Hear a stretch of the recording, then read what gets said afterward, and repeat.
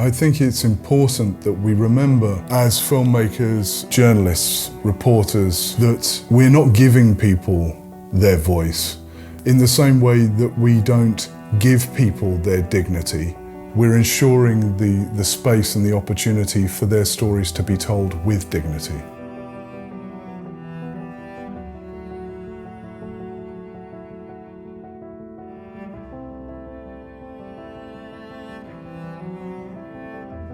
In 2012, I was sitting under a tree watching a community group that I'd been working with on the outskirts of Durban record one another.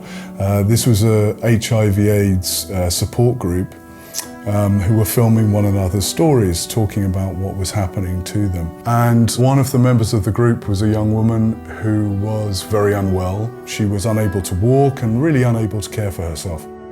Her house was a very, very small shack, I could say, and in really poor condition. And when they went to her house to record her story, the first thing they did was set about beautifying it, transforming it really. They made the bed, they brought in furniture, the flowers, they cleaned, they swept, and then they set about doing the same really for her.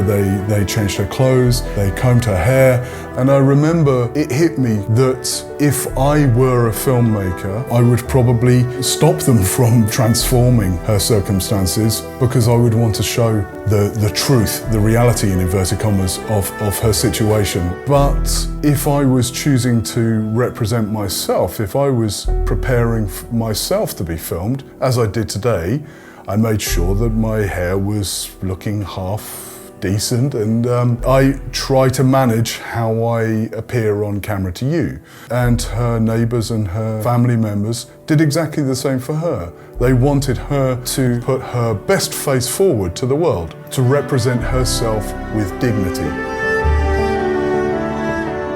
Even people in the most dire circumstances are not one-dimensional, they're multi-dimensional. There's joy and there's pain, and the two things sit alongside one another very often.